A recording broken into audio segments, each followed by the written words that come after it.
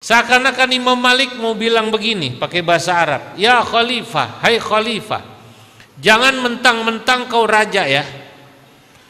Catat Khalifah Harun ar-Rasyid, kata Imam Malik, al ilmu izzun in a'zaztahu, ilmu itu mulia kalau kau muliakan, wa dhillun in adlaltahu, dia hina kalau kau hinakan. Jangan mentang-mentang kau raja lalu kemudian kau bisa memanggil diri saya untuk ngajar tempatmu, mengajari anak-anakmu, keluargamu. Kalau kau mau ilmu itu mulia, al ilmu yu'ta, suruh anakmu datang ke tempat saya belajar ngaji, bukan saya yang datang ke tempatmu ngajar ngaji. Masya Allah. Kalau kiai modelnya kayak Imam Malik semua, mestinya saya bukan yang datang ke Depok nih. Betul nggak? Mestinya orang Depok yang kemana? Ke Priuk sono.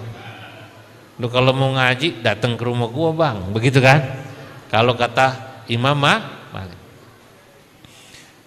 Maka saya paham kalau ada kiai yang seperti ini diundang susah.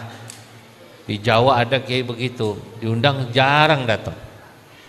Yang nggak mau. Kenapa? Punya pondok. Kalau saya keluar-keluar terus keliling ngajar ngaji begini, siapa yang ngojarin santri saya di pondok? Pondok saya nanti bubar.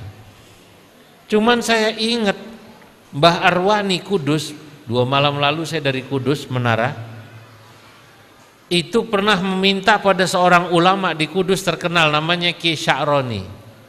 Kiai Sya'roni besannya Mbak Arwani sekaligus muridnya. Ini Kiai Sya'roni nggak punya pondok dan tidak disarankan untuk bikin pondok. Supaya apa? Supaya beliau bisa melayani masyarakat ngaji keliling ya seperti ini. Kalau semua kiai di pondok nanti masyarakat tidak bisa menikmati ilmunya kiai, betul apa tidak? Kalau tidak bisa menikmati ilmunya kiai, nanti ilmunya kiai hanya untuk santri-santri saja yang alim-alim.